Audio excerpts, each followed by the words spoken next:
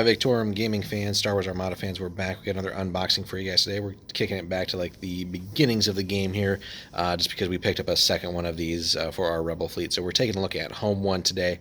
The one of the big ships for the Rebels here. So we'll be right back after we get this this beast open for you.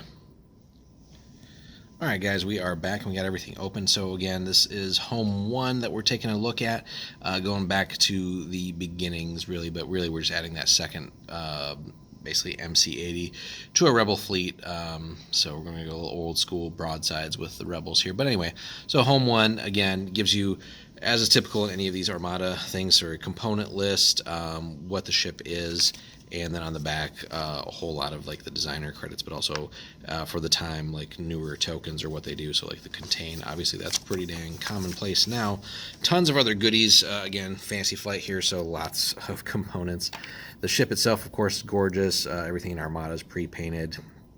That being said, you can still add detail if you want, but again, pretty chunky little ship. As far as Rebels are concerned, of course, this is no ISD or anything, but certainly this is a little bit bigger in general than like a Victory or something like that. But again, this thing is just dwarfed by ISDs and obviously like Executor and stuff like that.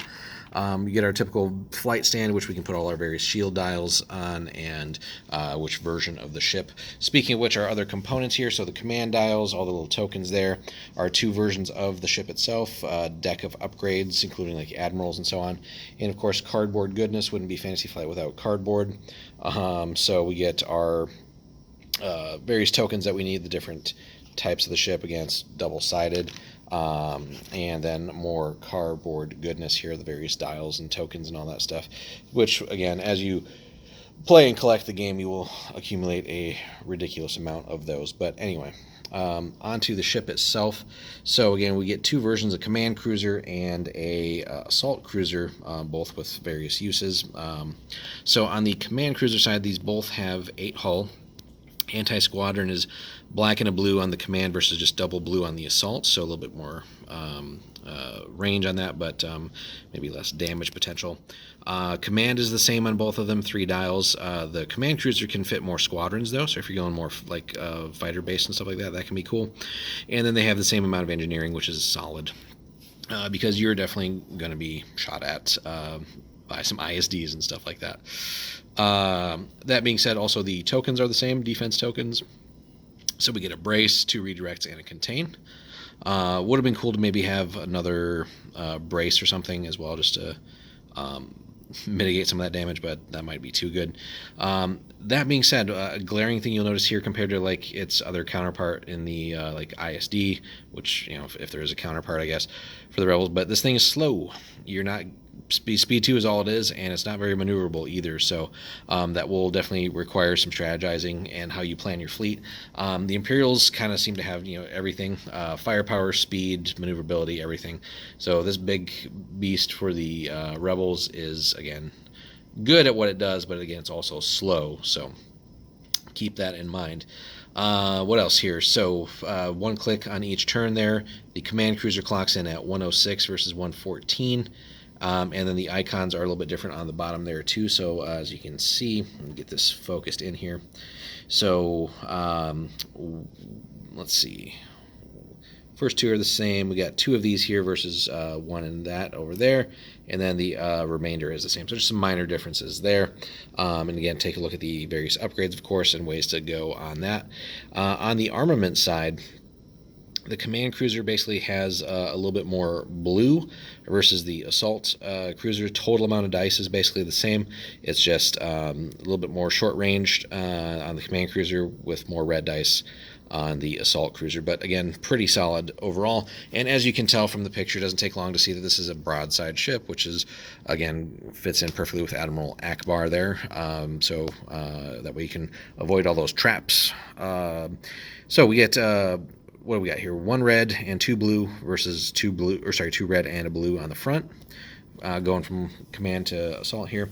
The broadside's fairly similar. 6 dice out the sides to start with. Again, there's many ways to pump that up, which you're going to want to if you're running these, basically, because this is really all about going all in on broadsides with these MC-80s. So triple blue, triple red on the command versus just 1 extra red versus 1 less blue on the assault. And then the rear is similar to the front, basically. So those all match up there. So that being said, again, Rebels have a lot of good things going for them on the broadside front, but again, you got to, I think, build your fleet to really take advantage of that. But it's it can be kind of boring and predictable, I guess. And obviously, things have evolved as the game has grown too, and we'll see that again once the Clone Wars stuff hits. But nonetheless, you can definitely chuck out a solid amount of dice out the sides, which can bring you up to ISD firepower levels, at least from that angle. Front and back, obviously, going to be a little bit more vulnerable, so you that will kind of put you in some potentially predictable patterns or where you should be, at least to maximize your firepower. You really shouldn't be. You should be firing as much out of the sides as you can, basically. So that being said, obviously Rebels can do other things too, but that's more getting into like other fleets and admirals and ships that really take advantage of the speed. So you can also try the hybrid thing, of course, with some of these guys, some more maneuverable things. It just really depends. But overall, Rebels definitely have to, I would say, work a little bit harder than the Imperials. Imperials are just spoiled with the Star Destroyers. It's just almost so easy a lot of the times. But nonetheless, it can be fun to play as the underdog, I suppose, which is why we're going to keep adding to our Rebel fleet here. We mainly play Imperials, but that being said, anyway. So what do we get here? So this, of course, is where you get Admiral Akbar, and Akbar is really what takes these from being okay ships to pretty solid.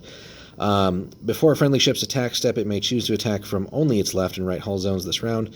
If it does, you may add 2 red dice to the pool. So you're going from 6 shots to 8 shots out the side, which is pretty solid. And that applies to all friendly ships. So again, you want to take advantage of that. A broadside-oriented fleet is going to be pretty spicy there. And 38 points. So definitely a chunk of points, but again, when he applies that to all of your ships, that's actually pretty dang cool. So everybody, of course, knows Akbar by now. If you've been playing the game for a while, then we get Wallix Blissix. When you activate, you may discard this card to recover one of your discarded defense tokens, which is cool because there are definitely many ways to get those discarded, depending on what the enemy's running. You get a Wing Commander. So everybody knows this by now, but before you reveal a command, you may change that to a fighter. Navigation, same deal, but for navigation. Projection Experts, 6-pointer. Engineering. You may spend up to 2 engineering points to move that many shields from your ship to a friendly ship at 1 to 5. Again, pretty neat ability for the Rebels to play around and kind of do like a little shell game as far as moving shields around to take it where it needs to be. So you can kind of have like other ships in the area that you can sort of be a battery for, essentially, as you charge them up and use your own engineering to get your shields back yourself. So that can be pretty cool.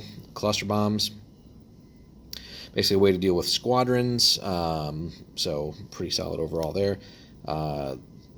Typical one that we've seen on some of the Imperial releases already, but Phylon Q7 tractor beams. It's a modification. You can exhaust that card, choose an enemy ship of your size or smaller at 1 to 5, and then they have to spend a maneuver token or reduce speed by 1 to a minimum of 1, so pretty cool. Kind of keeps some of those speedy boys from getting past you. Boosted comm is very cool, especially if you're going with a lot of fighters as well, so being able to reach them close to long range as opposed to just close to medium. Slave turrets is another cool modification. You give up a little bit, but you add a little bit more too. So you can't attack more than once per round, which kind of sucks, but you do add another red dice to your attack pool. So is that trade-off worth it? Because again, this you don't have an option anymore. This is just kind of set for the game. But combine that with Akbar, and you're throwing 9 dice out the sides, which is pretty damn respectable. But is that going to be enough shooting once per turn to do that? Because you're at that point, I do believe you're also giving up like anti-squadron ability, so wouldn't necessarily probably put that on like a home one or anything like that, or sorry, an MC80. SW7 ions, so when attacking a ship, each of your unspent blue accuracies adds to the damage, so that's also pretty dang cool, because those accuracies come up all the damn time when you don't want them to. Get some titles here. Home 1, of course. When another friendly ship at 1 to 5 is attacking, it may change 1 die to an accuracy. Again, shutting off defenses, especially with, again, trying to whittle down those ISDs is crucial. We get the Independence. squadron there. Each squadron you activate may increase its speed to 4 until the end of its activation. Squadrons that change speed in this way can't attack, which kind of sucks, but on the other hand, you're getting a lot of your slow movers, because by and large, the rebel fighters are certainly slower than their imperial counterparts. So, but getting things like Ys and Bs to go get around the battlefield actually is pretty cool. It's just then they still obviously have to get their get attack in subsequent turns. But B wings move like speed 2, which is atrocious. So you got to find a plan to work those in, for example, if that's what you're going for. But Ys are only speed 3 as well. But same thing with X's. So anything you can do to boost your speed en masse is pretty cool. And then last, but not least, is Defiance. So let's get that nice and close for you guys.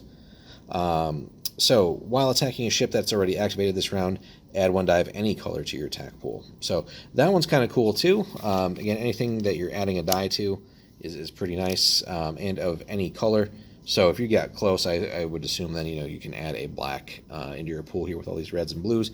So another really neat ship. So maybe like Defiance and Home 1 teaming up would be pretty solid. So, but there you guys have it. So Home 1, again, one of the Rebel big ships, along with the Liberty class, I believe, is also large. Go back and check. It's been a while since we ran that. But yeah, so one of the ways, I guess, that the Imperials, or sorry, the Rebels have of fielding something that's big, chunky, with a lot of hull points. That being said, you can't treat this thing as an ISD. It's just not the same. Speed is going to be a factor, and obviously this is really more focused towards broadsides to begin with. So there's other tricks, of course, you can do to upgrade the front and back firing, or even just front firing, and kind of make a more all-round brawler. But it seems like the consensus really has always been to go like full in or all in on broadsides with this version of like Rebels and or this focus on their models and stuff like that. So, but let us know what you guys think in the comments, successes or whatever you've had with this. Anyways, any unique or creative things you've managed to do that are maybe a little bit outside the sort of typical way that these are fielded, and where you guys think this is going to go once Clone Wars stuff really hits. So, but yeah, hope you guys enjoyed our little unboxing. If you could, drop us a like, comment would be great too, and a subscribe if you haven't already, and stay tuned for more Armada content.